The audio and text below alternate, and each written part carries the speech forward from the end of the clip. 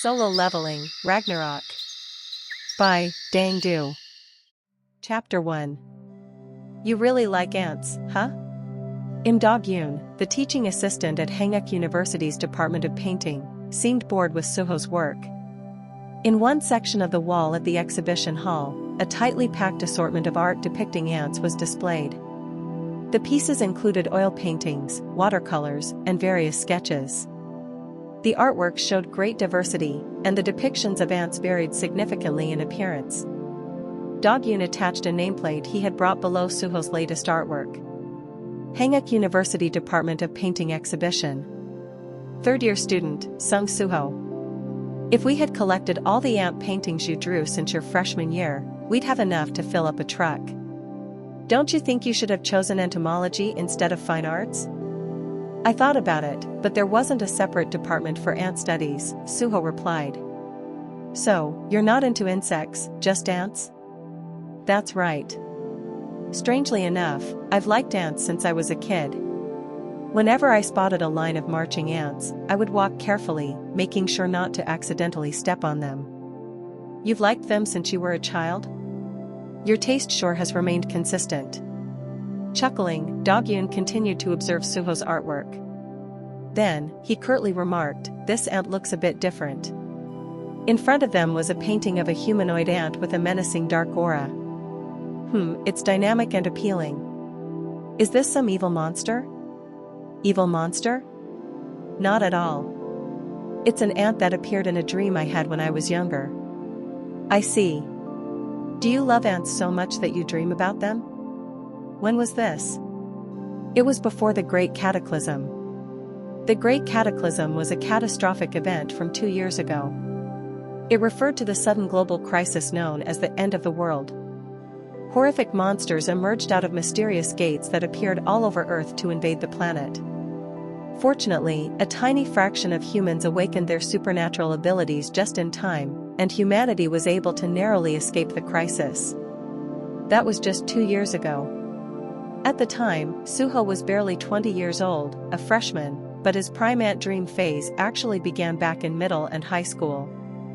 Anyhow, you're quite the peculiar one. Dog-yoon chuckled and attentively looked over Suho's artwork again. He was tired of seeing Suho's numerous ant paintings, but he couldn't deny their quality. Nevertheless, you did a really good job. It feels like it could jump out of the picture at any moment. Wait, was that too much? But that's how vivid your artwork is. Suho quietly chuckled to himself in response. Of course, it is. They weren't empty words. The ant in the painting was his worst nightmare. It was the very monster that would come unannounced into his dreams and try to kill him every now and then during his teenage years. Looking back, those were truly dreadful dreams. Suho took a moment and recalled the dream. Level up. In the dream, Suho had to battle for his life against various monsters without knowing why. An endless line of armored knights, ant soldiers, and later, massive dragons blocked his path. When he killed those monsters, he leveled up as though it was a game, or if he died, it would reset immediately.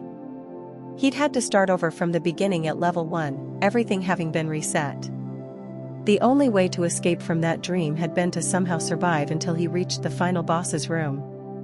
After fighting tirelessly and making it to the final boss, to Suho's disbelief, the face of that final boss resembled my father. Suho chuckled. It was typical of him to reminisce about the ant dreams from his adolescence. From some point on, he stopped those dreams. It was probably around the time. It was the summer of his first year in high school. After his parents went missing. The day Suho's peaceful life crumbled. Something unusual was happening in a corner of the art gallery. Is it here? Yes, the teaching assistant said that he stored them here. Clank. The painting department students opened the storeroom door to retrieve the art displays. Once inside, their eyes widened in astonishment upon discovering something they didn't expect. Huh? A pitch-black hole hovered over the wall. Ah.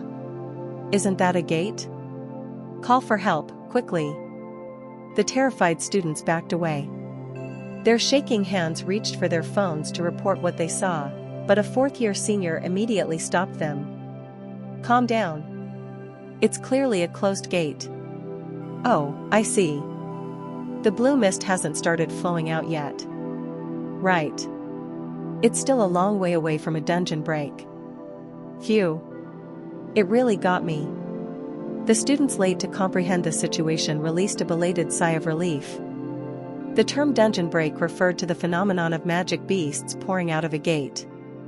However, a dungeon break didn't occur immediately upon a gate's formation. Before that, a blue mist had to flow out from the gate, polluting the surroundings. Only then could the gate open, allowing magic beasts to emerge. So, for now, it's safe, you see. The senior student chuckled confidently. Hey, why are you laughing like that? It's making me nervous. Anyway, it's still dangerous, so shouldn't we report it right away? You morons. Haven't you heard the rumor? That breathing in the blue mist can awaken abilities?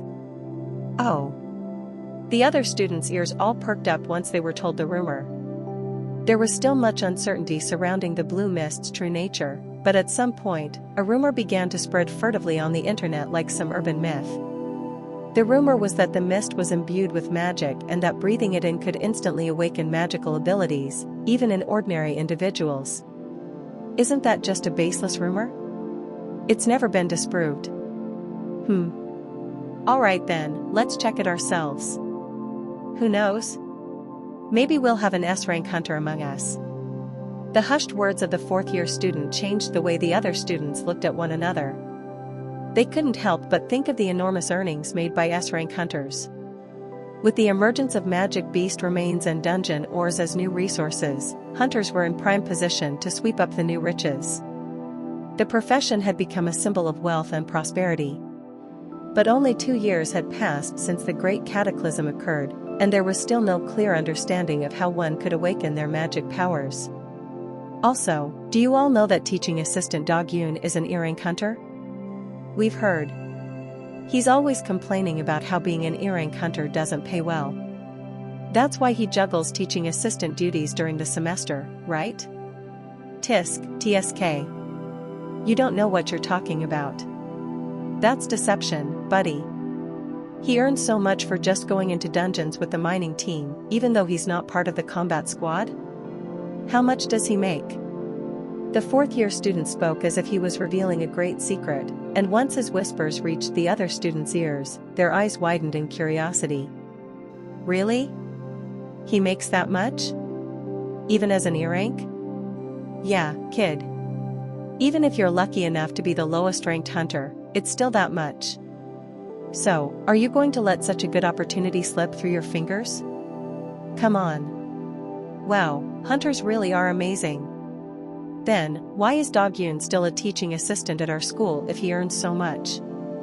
He makes his money from the dungeons then splashes out when it comes to studying art.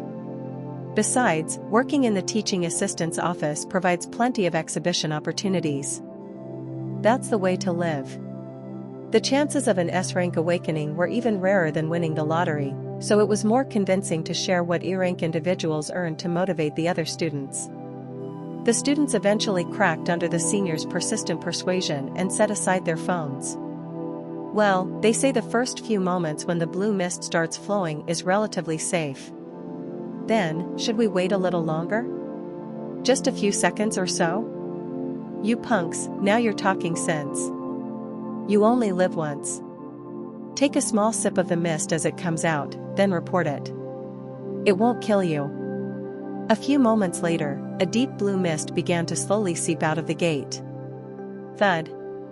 Suddenly, the building shook. Huh? Suho, who was in the exhibition hall, raised his head. What was that? An earthquake? He felt that something was off, the space itself felt unhinged. However, he was the only person to notice the disturbance.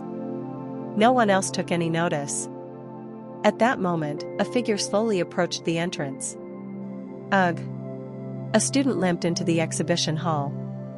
Dog Yoon happened to be near the entrance and approached him to ask, Youngchul, what took you so long? I only asked you to go to the storage room. I tried to stop them. Youngchul? The senior kept. What's going on? The smoke.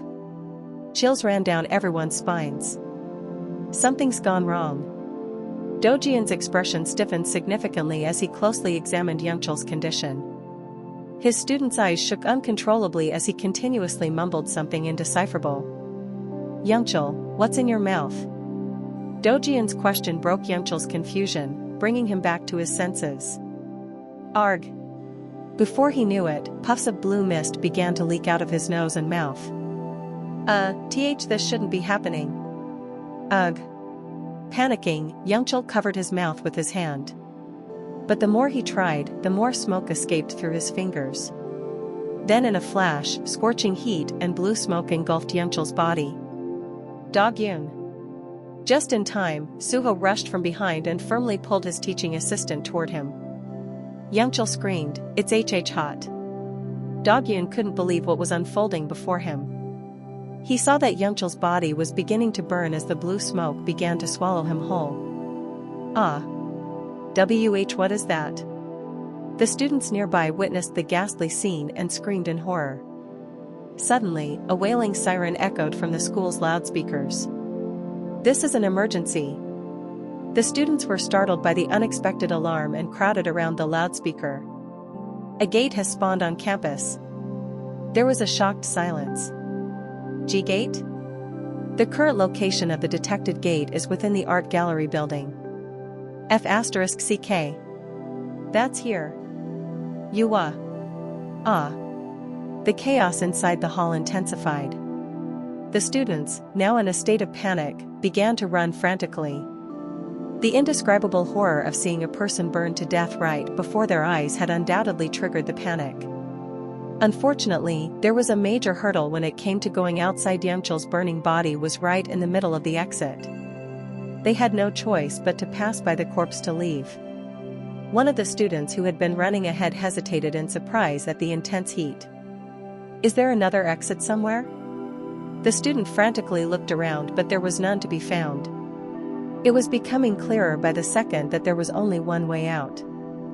Frightened, everyone inside the hall was clueless about what to do next. Gore. Amid the chaos, an unbelievable sight was beginning to transpire. Huh? That person? Youngchul's charred corpse, consumed by the blue smoke, slowly began to rise once more. Wait. Is that? Dojian's eyes couldn't hide his disbelief. It's a magic beast. Get away from there right now, he shouted frantically. Arg.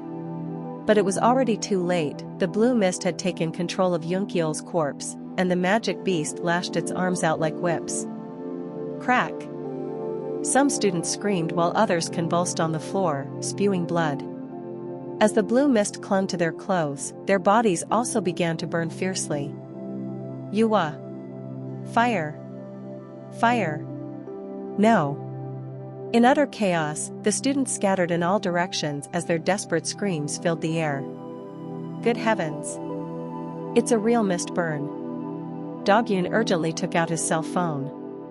A mist burn wasn't something an errant person like himself could handle alone. Suho urgently asked Dog-Yun, who was sending a request for help. A mist burn? What kind of magic beast is this, exactly? If that creature defeats us, Dog-Yun bit his lip, we'll turn into the exact same thing. Kraa! As the beast screamed, Suho and Dog-Yun saw the fallen students afflicted with mist burn begin to rise again, with blue smoke emitting from their bodies.